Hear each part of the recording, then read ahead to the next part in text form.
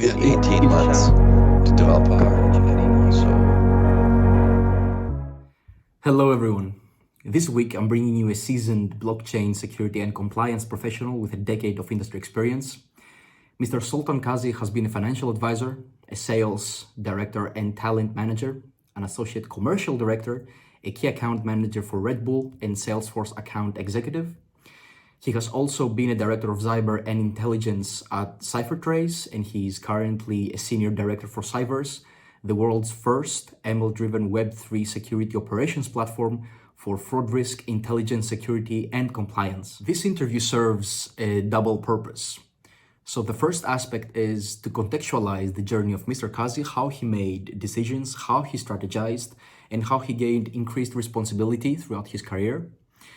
The second purpose is to basically dive into the technical aspect of blockchain security, that is, how blockchain security services could develop in the near future, what made Mr. Qazi a top performer at CipherTrace, how critical is the safeguarding within CeFi and DeFi settings, plus what an aspiring young professional who wants to enter the industry should know before even applying to a role.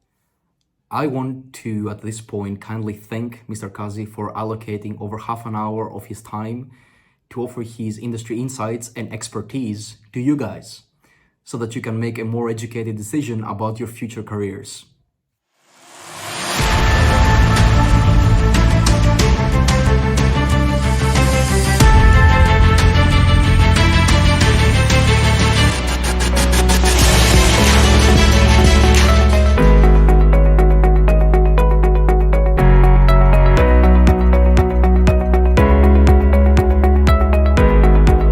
Did you know Mastercard is working with governments and businesses to help keep you safe from cyber criminals?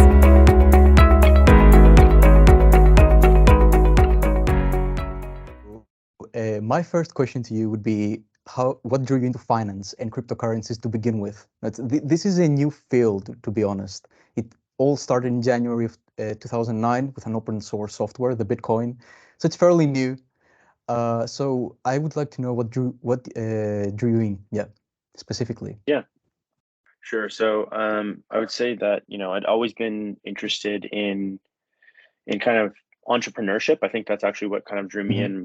Since I was really young, my parents both are entrepreneurs, and as a byproduct of that, I was always looking for ways to, either make additional ways of money or grow my existing money. Like I did everything from, cell phone repair at lunch hour to buying and selling cars. I used to do all sorts of, I even did drop shipping. I should have kept going with that way before it was a thing.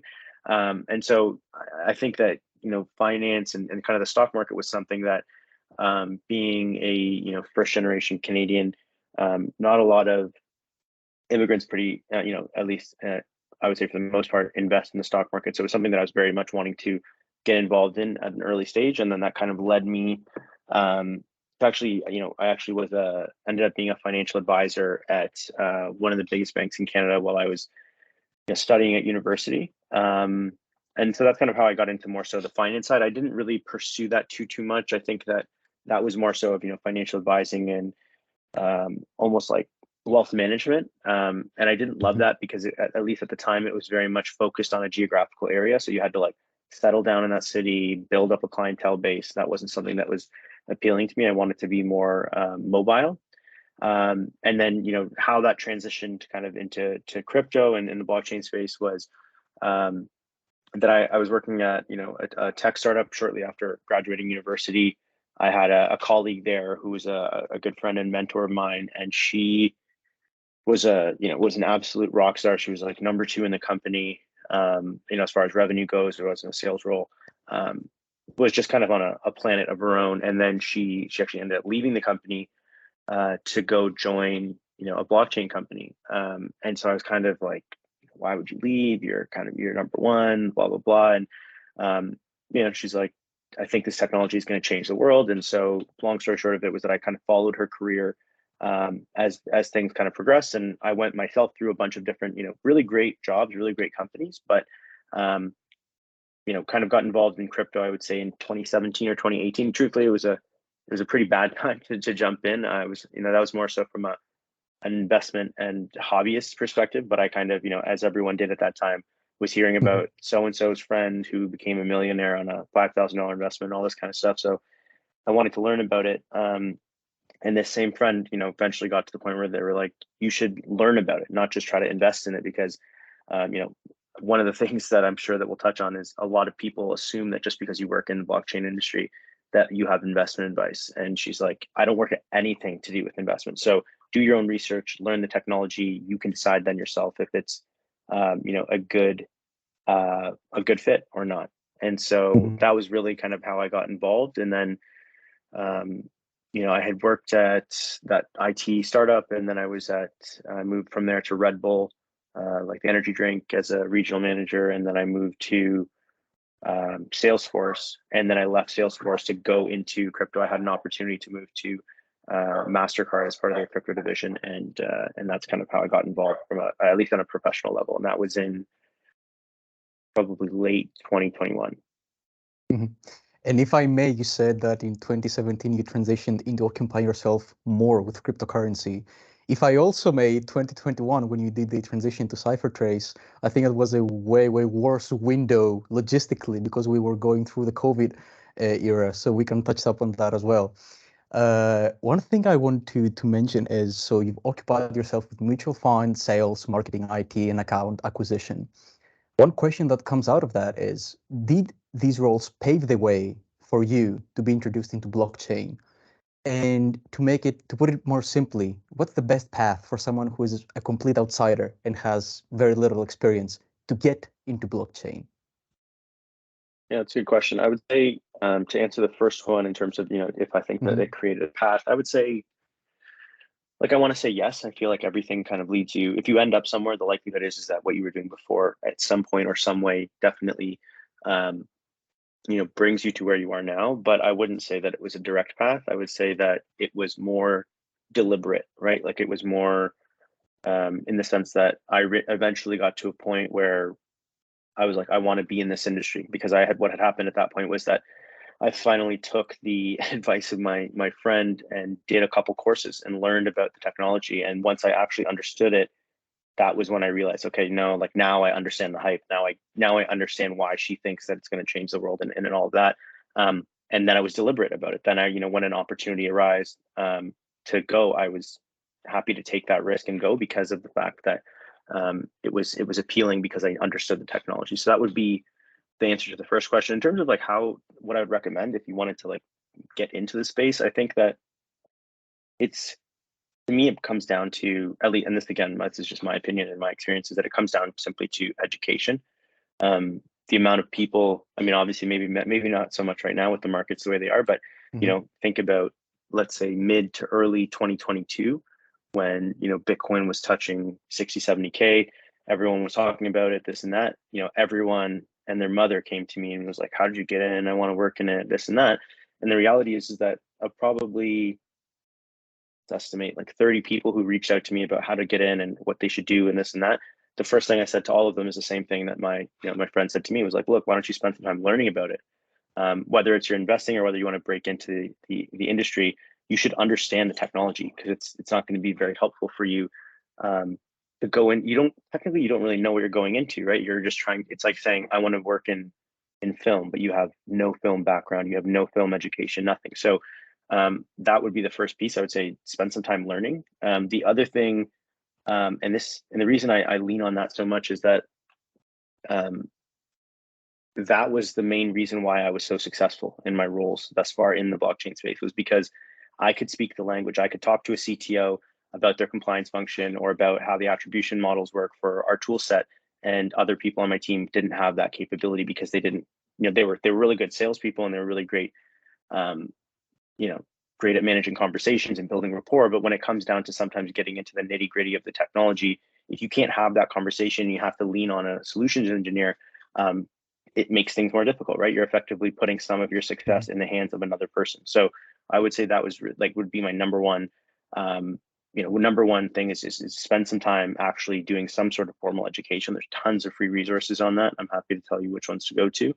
And then the other thing I would say is look for organizations. Like, I actually do think that as the adoption of blockchain technology is obviously increasing, it's going to become easier and easier to get into companies that maybe not maybe they're not 100% blockchain focused, but they have at least some sort of piece of their business or interest in that space, and you can get involved that way. But I think that the benefit of that is that the benefit is that there's going to be more jobs available in the blockchain space. The negative of that is that a lot of those jobs won't really be blockchain focused, right? Like the reality is that you're going to have customer service representative roles at blockchain companies. Are you in blockchain? Technically, yeah, but are you really working in blockchain? Not really, right? Like you're essentially you could be doing that same role at a tech company, at a car dealership, and it's the same type of role. So the other thing I would say is, in addition to learning, I would spend a lot of time developing, a skill set or even just a single skill that's transferable, and that also, in light of the recent advancements in AI, is a skill set that is transferable and that can't easily be automated. Those would be kind of my two pieces of advice for there. You brought up something that's extremely, in my opinion, important. That the blockchain environment can be incorporated in every company that exists. Let's say in the form of a ledger, for instance. Which company doesn't need a form of ledger, of an archive? So it could technically exist in a lot of companies. Another very important point you brought up is your ability to communicate based on experience, intellectuality, and the knowledge of your field. Because you said a lot of people have that, they are very good salespeople, but they're not that technically competent or that technically advanced, we can say, to communicate what they want to say to a CTO, for instance. So these are very important points for someone who is a person who has like basically zero knowledge and tries to get into cryptocurrencies. And something else I want to touch up is people who are going up to seasoned professionals like you, and they're asking for investment advice. So they correlate someone's experience, doesn't matter if it's in intelligence or security, with that person being basically authority in investments. What would you say to that? And So what's the difference, basically? So to me, it breaks down.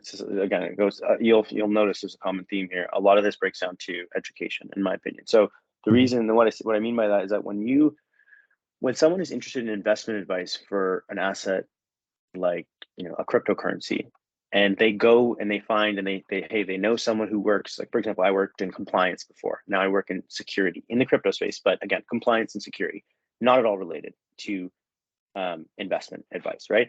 Now, the rationale and what I'm getting at is that when you have someone who is not up to speed or educated on what blockchain technology is or what cryptocurrencies are and how they operate and what they do, then you won't connect the fact that I'm working in compliance as something, right? You'll just think, okay, well, they're in crypto and I want to invest in crypto. They probably know what to invest in. So I would say like that's the first gap. The other thing I would say is that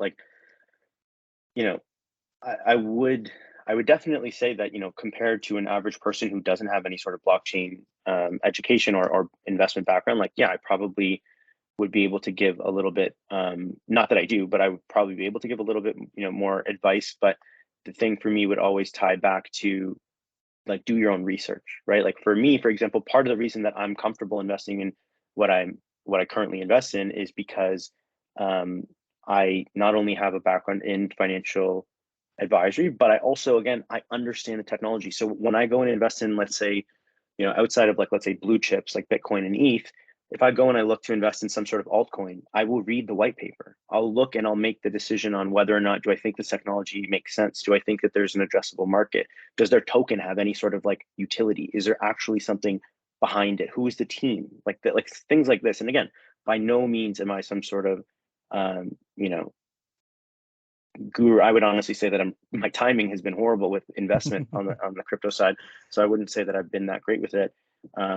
But I don't think that there's any correlation between that, right? It's like the equivalent of going to someone who is, a GC, at some sort of financial institution and asking them for, which stocks are going to explode in Q4. Like they're a lawyer. They're not going to, the likelihood is that they're wise enough to not tell you. And even if they have an idea, they are not, that's not their job, right? So that's, I think, that the difference there. And people have a hard time differentiating because they just, blockchain is, I mean, it's I would say it's still a niche, but it was, there was a time where it was such a niche that if you knew anyone in the space, that you would kind of think, oh, maybe, they can tell me what to invest in. So. Mhm. I believe what you said is a great analogy. Let's say that you're working for X company. It doesn't, if you're specialized in something, which you should, if you're working for a set company, it doesn't necessarily mean you know what's going to happen with the price of its stock in Q4 or Q2, or Exactly. it doesn't matter.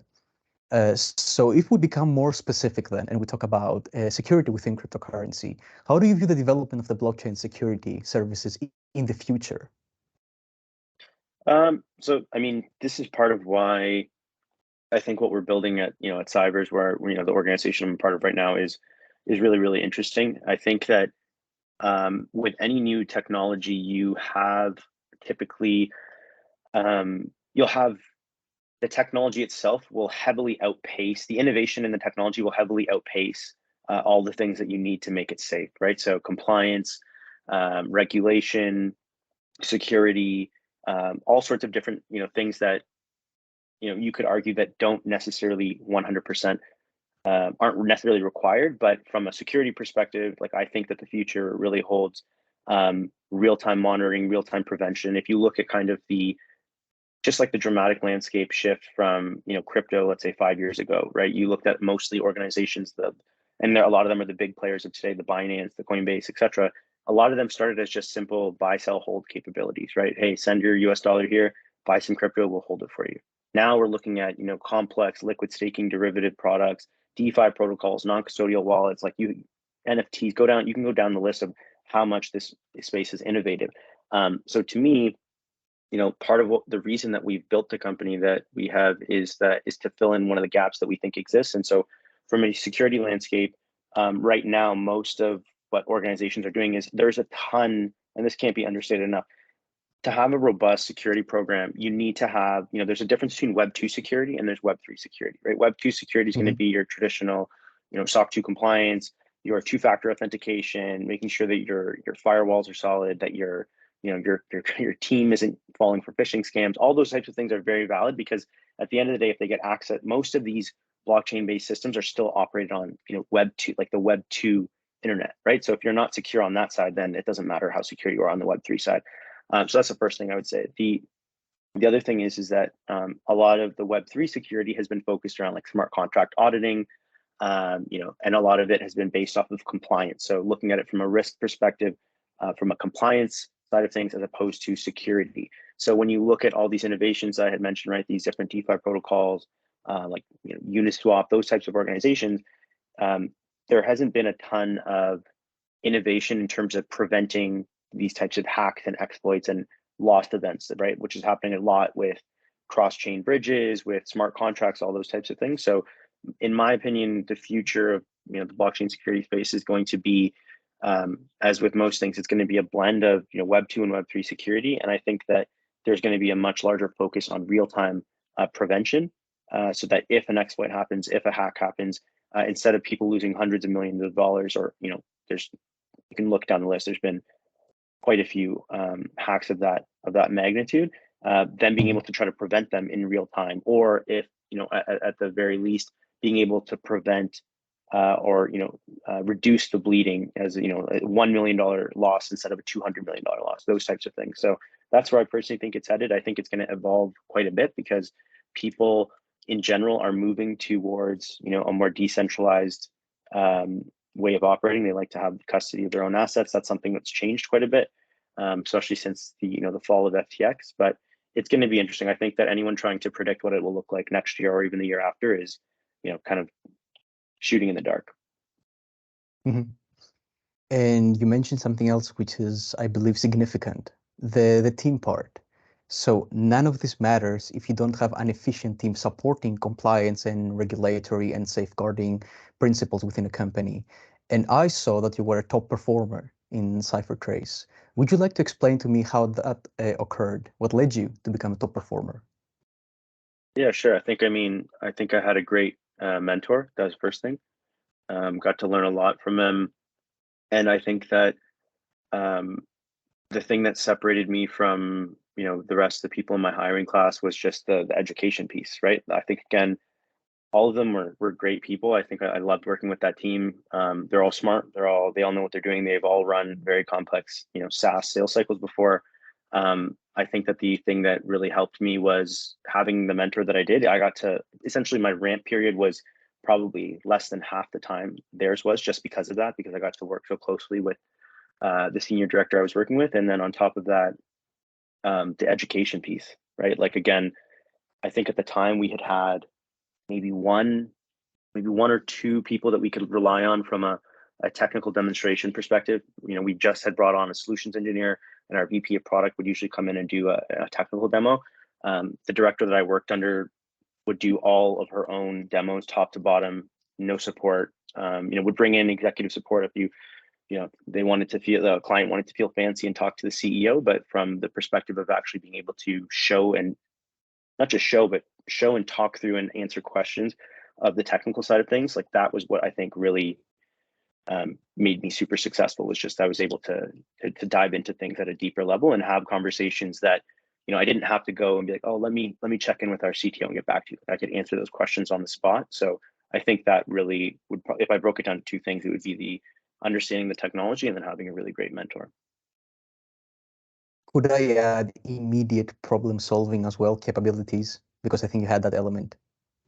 Being super for fast sure. with your responses. You have to, we, like at CipherTrace, right? I mean, this is not unique to them. Any blockchain analytics firm, any of the big ones, they have, the use cases is very broad, right? Your conversation that you have with a bank, a regulator, a law enforcement agency, a crypto exchange, those are a tax authority. Those are very different conversations, right? Like they're very, very, they're very different. There's different things that different clients would care about that other ones may not care about at all. So being able to pivot and being able to answer those questions appropriately is really important. And if I place a mentor in my left hand and then education on my right hand, where would you pivot? If you were a student, you wanted to get into the blockchain industry, where would you pivot more? 1 second, I'm just going to take out my headphones because they're dying. Yeah, no problem. I mean, to answer the question, I don't know if this is an option, but I would say both. I feel like you'd be silly to choose one or the other. If I had to pick one, it would be the mentor, because the mentor would also be able to point you in the right direction of education that you would probably benefit from. And if we were now to distill everything that we said in the past 25 minutes into 3 top tips that you would advise a young professional who wants to enter the blockchain industry, I mean, we've mentioned a lot. Which are the top 3? Let's shift it a little bit. Which would be the 3 pitfalls they should pay attention for when entering the blockchain industry? It's a combination of things. I would say the first thing is, so it very much depends on, like, if you said young professional, so let's assume that they're only a couple years out of school, like they're relatively new to the workforce. Like, I mean, a couple of things I would say is that while I always am a firm believer of, like, shoot for what you want, try to get, if you want a job at Coinbase and that's where you want to work, yeah, you should try to do that. You should network with them. You should reach out to people.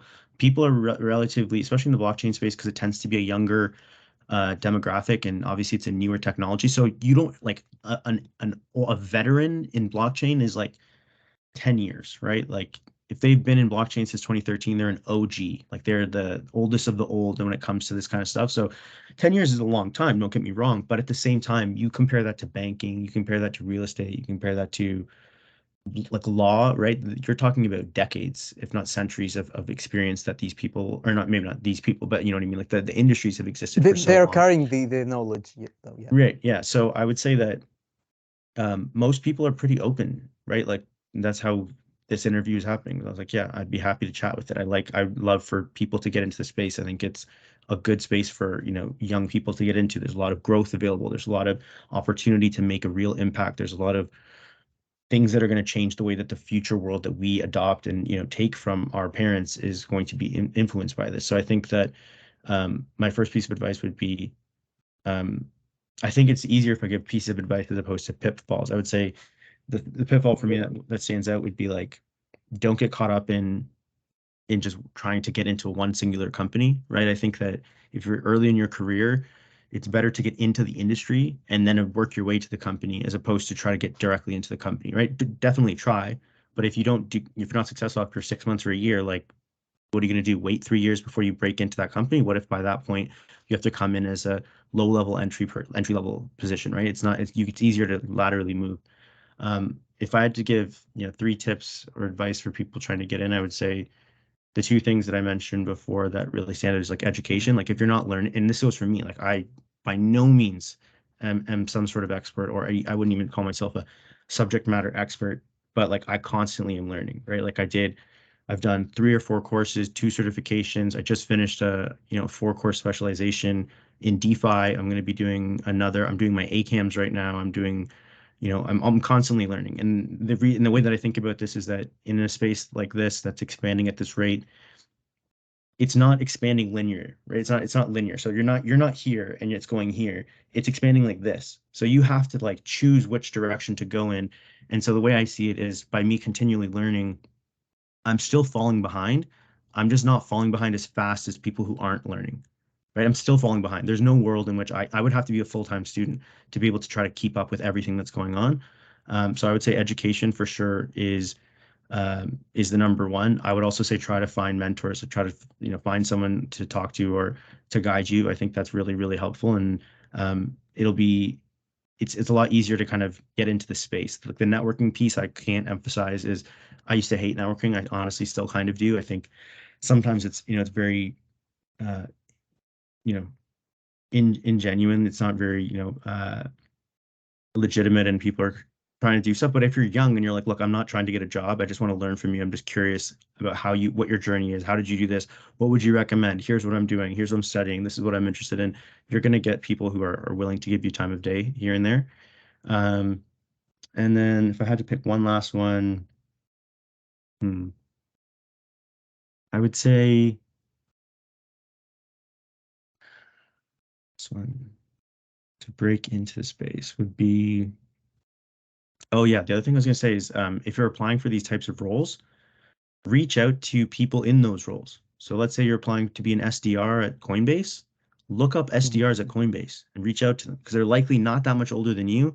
They probably have a similar life path to you. They probably did not start in crypto because they're probably in an entry level role. Talk to them. Be like, hey, I'm just curious. I mean, there's a role open, blah, blah, blah. A couple of things will happen. Number one, you'll probably get time of day. Number two, you'll actually learn about the role and if it's something you want to do. And number three, most organizations, especially of that stature, have a referral program. So the likelihood is that unless you come across like an absolute idiot or you're in it for the wrong reasons, these people will probably openly and offer to refer you to that role because if you end up getting hired, they get paid out. So I think that's an easy thing. Like, don't just go. I definitely understand that you have to go and apply for a lot of roles, but like be strategic about it, right? Reach out to the hiring manager if it says it on LinkedIn. Even if it doesn't, go on LinkedIn, look for who's in their HR department. Reach out to them. Hey, I'm interested in this role. Would love to pick your brain about your experience at Binance. Would love to, you know what I mean? So those types of things. I think that there's definitely legwork involved, but you can be smart about it, and that's how I would kind of go about it. And if I had to do it all over. Mr. Qazi, I think you've hit the nail into my motivations and how I initially approached you, because what we are doing here with this interview is basically, my assumption is, what any student could do if they wanted it bad enough, I believe. Yeah. They could reach out to people like you, and here we are, and you're willing to allocate half an hour of your time to talk to me, and I am an outsider. I'm an engineer. I'm not an analyst. I'm not a data analyst. I didn't have any specific motivations to get into a blockchain. Listening to you, though, it makes me wonder, and then I will go out of this interview and I will capitalize on what you just said, and tomorrow I will be more educated on the matter. And maybe in the future, I will like it so much that I will enter it. Because as we said, blockchain will trickle down, and I assume it will be part of every single industry in the future. 10 years down the line, 100% it will happen. There's no way it won't. Yeah, I completely agree. And yeah, I think that, I agree with what you're saying. And the last thing I was going to say I would add is I'm also happy to send resources that, you can look at, or, anyone else who, like, I don't even know who you push this out to, but anyone who sees it, it's the same courses I did. It's the same education I did. It's the same thing that I tell my closest friends if they want to, try to learn a little bit more about the space. It's the same resources. I would recommend checking them out, and they're a really good place to start. They're free. And then you'll also find out if you, a couple things, if you don't actually go and you don't do any sort of education on it, you're not willing to put the time in, you didn't really want it in the first place. You're probably here because you heard that you can make millions and blah, blah, blah. And number two is that if you actually do put some time into it and you end up learning about it, you'll know pretty quickly if it's something that's interesting to you or not, right? It's obviously a great opportunity. I think that any new industry is an opportunity for growth, but at the same time, people are usually smart enough to know if it's something that they find interesting enough to work in, because if you have to work in it, it loses its appeal, right? You have to do it every day. You're there all the time. So yeah, I'm happy to share those resources with you as well. Absolutely. And to answer your question, I'm publishing these interviews for students to see and be educated on the matter. So whoever has maybe a generalistic or maybe a very specific interest in your specific role, maybe somebody has a specific interest in intelligence or security, will be educated by it. But my target audience is mainly students. So I believe the resources you will share with me, I can make in my introductory video a separate part where I explain your resources step by step so the students know where to go to find them. And I believe it was extremely educational, especially for me. Perfect. I Well, think it's very I'm glad. important. Yeah, I believe it's very important for professionals to have a sit down of 30 minutes or 20 minutes, doesn't matter, and give insights, basic insights, and explain in from A to Z in very simple steps what's happening in the industry. Because there is a lot of misinformation. And as you said, there's a lot of people who enter blockchain because they want to make a quick buck. And I Yeah. believe it's disingenuous to the industry because it's not how it functions. It's not an investment firm. It doesn't work like that. So it's very important. Yeah, I mean, it's not, I agree with you, but I've learned to become a little bit more understanding of that aspect of it. I think that any new technology, I mean, not even just technology, any new industry will have that, right? You'll have people who are there because they believe in it, that they think it's great. And then you'll also have people who are there just to make a buck, right? You look at the dot-com bubble.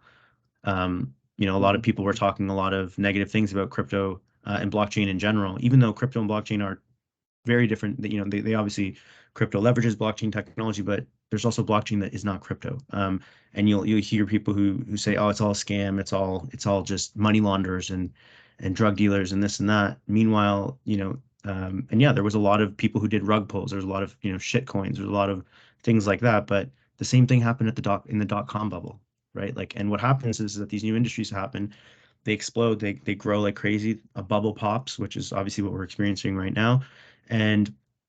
But the reality is that from the ashes you have, that's where Google came from, that's where Facebook came from, that's where Amazon came from. Like, those are the types of organizations that came out of the dot-com bubble. So what makes you think that this would be any different, right? I believe that strategic planning, which you have been occupied with, is critical when entering these fields. They're extremely volatile. It goes back to what we said, education. Educate yourself so that you know what to expect and how to leverage it. It's not inherently bad or evil. It's not evil technology. You have to be smart about it and get educated. So yeah, that's it. Thank you so much for doing this. It means a lot. No problem. I appreciate, I think what you're doing is great. And Have a beautiful rest of the day. Thank you. you as well. Take care. Bye-bye. Bye. Bye.